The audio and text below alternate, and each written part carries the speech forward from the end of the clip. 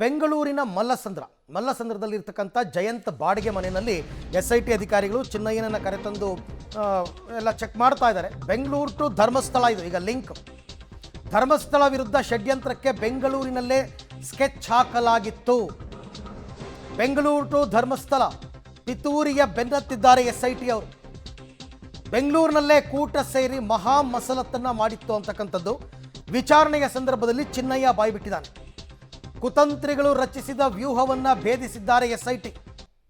ಅದಕ್ಕೆ ನಾನು ಆರಂಭದಲ್ಲೇ ಹೇಳಿದ್ದು ಇನ್ನೂ ಯಾರ್ಯಾರು ಬುಡಕ್ಕೆ ಬರುತ್ತೆ ಗೊತ್ತಿಲ್ಲ. ಚಿನ್ನಯ್ಯನ ವಿಚಾರಣೆ ಸಂದರ್ಭದಲ್ಲಿ 10 ದಿನಗಳ ಕಾಲ ಆತನನ್ನು ಪೊಲೀಸ್ ಕಸ್ಟಡಿ ಕೊಟ್ಟಿದ್ದಾರೆ. ಅಷ್ಟರಲ್ಲಿ ಆತ ಹೇಳಿರ್ತಕ್ಕಂಥ ಎಲ್ಲ ಸ್ಥಳಗಳ ಮಹಜರ್ ಪ್ರಕ್ರಿಯೆ ಮುಗಿಸಬೇಕು. ಗೊತ್ತಿಲ್ಲ, ನಾಳೆ ದಿನ ಮಂಡ್ಯಕ್ಕೂ ಹೋಗ್ಬೋದು, ತಮಿಳುನಾಡಿಗೂ ಹೋಗ್ಬೋದು, ಸತ್ಯಮಂಗಲಕ್ಕೆ, ಅಲ್ಲೂ ಸ್ಥಳ ಮಹಜರನ್ನು ಮಾಡ್ಬೋದು, ಸಾಧ್ಯತೆಗಳಿವೆ. ಈ ಬಗ್ಗೆ ಕೂಡ ಮತ್ತಷ್ಟು ಮಾಹಿತಿ ನನ್ನ ಕೊಲೀಗ ಮುರಳೀಧರ್ ಅವರಿಂದ ಪಡ್ಕೊಳ್ಳೋಣ. ಮುರಳೀಗ, ಈ ಇಡೀ ಧರ್ಮಸ್ಥಳದ ವಿರುದ್ಧದ ಷಡ್ಯಂತ್ರ ಅದು ಬೆಂಗಳೂರು ಟು ಧರ್ಮಸ್ಥಳ ಅಂತಕ್ಕಂಥದ್ದು ಕನ್ಫರ್ಮ್ ಆಗ್ತಾ ಇದೆಯಾ? ಇಡೀ ಪ್ಲಾನ್ ಆಗಿದ್ದು ಬೆಂಗಳೂರಿನಲ್ಲಿ ಅಂತನಾ?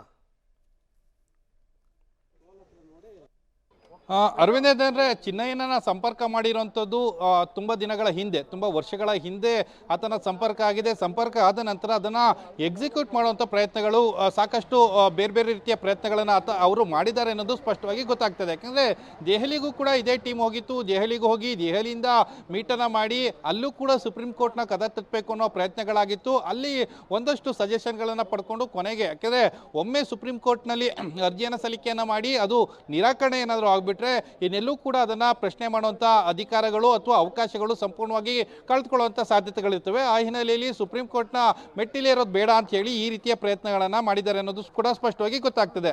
ಅರವಿಂದ್, ನಾನು ಈಗಾಗಲೇ ಹೇಳ್ತಾ ಇದ್ದೆ, ಸಾಕಷ್ಟು ವರ್ಷಗಳ ಹಿಂದೆಯೇ ಈ ಟೀಮ್ನು ಒಂದಷ್ಟು ಪ್ಲಾನ್ಗಳನ್ನು ಮಾಡ್ಕೊಂಡಿತ್ತು. ಆ ಪ್ಲಾನ್ಗಳನ್ನು ಎಕ್ಸಿಕ್ಯೂಟ್ ಮಾಡಬೇಕು ಅಂತ ಸಂದರ್ಭದಲ್ಲಿ ಯಾವ್ಯಾವ ಸಂದರ್ಭಗಳಲ್ಲಿ ಏನೇನು ಮಾಡಬೇಕು ಅಂತ ಹೇಳಿ ಪ್ಲಾನ್ಗಳನ್ನು ಮಾಡಿಕೊಂಡು ಇದನ್ನ ಮುನ್ನೆಲೆಗೆ ತರುವಂಥ ಪ್ರಯತ್ನಗಳು ಕೂಡ ಆಯಿತು. ಅರವಿಂದ್, ನೀವು ಗಮನಿಸಬಹುದು, ಈ ಪ್ರಕರಣ ಬೆಳಕಿಗೆ ಬರೋದಕ್ಕಿಂತ ಮುಂಚಿತವಾಗಿ, ಅಂದರೆ ಅದು ಪೊಲೀಸ್ ಠಾಣೆಯ ಮೆಟ್ಟಿಲು ಇರೋದಕ್ಕಿಂತ ಮುಂಚಿತವಾಗಿ ಸೋಷಿಯಲ್ ಮೀಡಿಯಾದಲ್ಲಿ ಮಾಹಿತಿಗಳು ಬಹಿರಂಗ ಆಗ್ತಾ ಹೋಗ್ತದೆ. ಯಾಕೆಂದರೆ ಒಂದು ಫೇಸ್ಬುಕ್ನ ಪೇಜ್ನಲ್ಲಿ ಒಂದು ಟೆಕ್ಸ್ಟ್ ಮೆಸೇಜು ರಿವೀಲ್ ಆಗುತ್ತೆ. ಅದಾದ ನಂತರ ಅದನ್ನು ವಾಟ್ಸಪ್ಪಲ್ಲಿ ಹರಿಬಿಡುವಂಥ ಪ್ರಯತ್ನಗಳಾಗ್ತವೆ. ಅದಾದ ನಂತರ ಇದೇ ಚಿನ್ನಯ್ಯ ಏನಿದ್ದ ಆತ ಯಾವುದೋ ಒಂದು ಬುರುಡೆಯನ್ನು ಹಿಡ್ಕೊಂಡು ಬರೋಂಥ, ಅಂದರೆ ಧರ್ಮಸ್ಥಳದ ಕಾಡಿನಿಂದ ಹಿಡ್ಕೊಂಡು ಬರೋಂಥ ಒಂದು ದೃಶ್ಯಾವಳಿಗಳನ್ನು ಕೂಡ ಸೋಷಿಯಲ್ ಮೀಡಿಯಾಗಳಲ್ಲಿ ಹರಿಬಿಡುವಂಥ ಒಂದಷ್ಟು ಕೆಲಸಗಳನ್ನು ಕೂಡ ಮಾಡ್ತಾರೆ.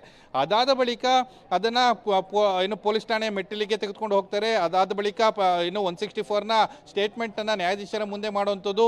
ಅದಾದ ಬಳಿಕ ಮುಂದಿನ ಪ್ರಕ್ರಿಯೆಗಳು, ಯಾಕೆಂದರೆ ಕೋರ್ಟ್ನ ಆದೇಶದಂತೆ ಮುಂದಿನ ಪ್ರಕ್ರಿಯೆಗಳಾಗ್ತದೆ. ಆದರೆ ಇದೆಲ್ಲ ಸೋಷಿಯಲ್ ಮೀಡಿಯಾದಕ್ಕಿಂತ ಬರೋದಕ್ಕಿಂತ ಮುಂಚಿತವಾಗಿ ಈ ಗ್ಯಾಂಗ್ ಏನೇನ ಮಾಡ್ತಿತ್ತು, ಜೊತೆಗೆ ಯಾವ್ಯಾವ ಸಂದರ್ಭಗಳಲ್ಲಿ ಇರ್ತಿತ್ತು ಅನ್ನೋದು ಬಗ್ಗೆ ಕೂಡ ಗೊತ್ತಾಗಂಥದ್ದು. ಯಾಕೆಂದರೆ ದೃಶ್ಯಾವಳಿಗಳಲ್ಲಿ ನೀವು ನೋಡ್ತಾ ಇದ್ದೀರಿ, ಇದೇ ಚಿನ್ನಯ್ಯ ಈಗ ಆ ಚಿನ್ನಯ್ಯನ ಆ ಹೇಳಿಕೆಯನ್ನು ದಾಖಲು ಮಾಡ್ಕೊಳ್ತಾ ಒಂದಷ್ಟು ಕೆಲಸಗಳನ್ನು ಕೂಡ ಮಾಡ್ತಾ ಇದ್ದಾರೆ. ಅಧಿಕಾರಿಗಳು ಕೂಡ ಹೇಳಿಕೆಗಳನ್ನು ದಾಖಲು ಮಾಡ್ಕೊಳ್ತಾ ಇದ್ದಾರೆ. ಆತ ಯಾವ ಸಂದರ್ಭದಲ್ಲಿ SP ಸೈಮನ್ ಆತನ ಹೇಳಿಕೆಯನ್ನು ದಾಖಲು ಮಾಡ್ತಾ ಇದ್ದಾರೆ, ಹೇಳಿಕೆಯಲ್ಲಿ ಉಲ್ಲೇಖವನ್ನು ಕೂಡ ಮಾಡ್ಕೊಳ್ತಾ ಇರೋಂಥದ್ದು, ಯಾವ ಸಂದರ್ಭದಲ್ಲಿ ಆತ ಇಲ್ಲಿಗೆ ಬಂದಿದ್ದ ಅನ್ನೋದ್ರ ಬಗ್ಗೆ ಕೂಡ ಏನು ಹೇಳಿಕೆಗಳನ್ನು ದಾಖಲು ಮಾಡ್ಕೊಳ್ತಾ ಇದ್ದಾರೆ ಅನ್ನೋದು ಸ್ಪಷ್ಟವಾಗಿ ಗೊತ್ತಾಗ್ತಿದೆ. ಯಾಕೆಂದ್ರೆ ನೀವು ದೃಶ್ಯಾವಳಿಗಳಲ್ಲಿ ನೋಡುವಂತ ದೃಶ್ಯವೇನಿದೆ, ಆ ದೃಶ್ಯದಲ್ಲಿ ಆ ಮನೆಯ ಯಾವ್ಯಾವ ಪ್ರದೇಶಗಳಿದೆ ಆ ಪ್ರದೇಶಗಳನ್ನು ಕೂಡ ತೋರಿಸುವಂತ ಪ್ರಯತ್ನವನ್ನು ಆತ ಮಾಡ್ತಾ ಇದ್ದಾನೆ. ಜೊತೆಗೆ ಇಲ್ಲಿ ಸಾಮಾನ್ಯವಾಗಿ ಇವತ್ತಿನ ಪರಿಸ್ಥಿತಿ ಮತ್ತು ಪರಿಸರವನ್ನು ನೋಡಿದಂಥ ಸಂದರ್ಭದಲ್ಲಿ ಆತನ ಹೇಳಿಕೆಗಳನ್ನಷ್ಟೇ ದಾಖಲು ಮಾಡ್ಕೊಳ್ಳೋಕೆ. ಮುರಳಿ, ಥ್ಯಾಂಕ್ ಯು ತಮ್ಮೆಲ್ಲ ಮಾಹಿತಿಗಾಗಿ, ಧನ್ಯವಾದ.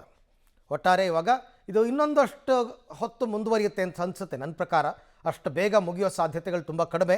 ಬಟ್ ಆ ನಂತರ ಗೊತ್ತಾಗುತ್ತೆ ಏನು ಎತ್ತ ಏನು ಸಿಕ್ತು ಸಾಕ್ಷ್ಯಾಧಾರಗಳು ಅಂತ.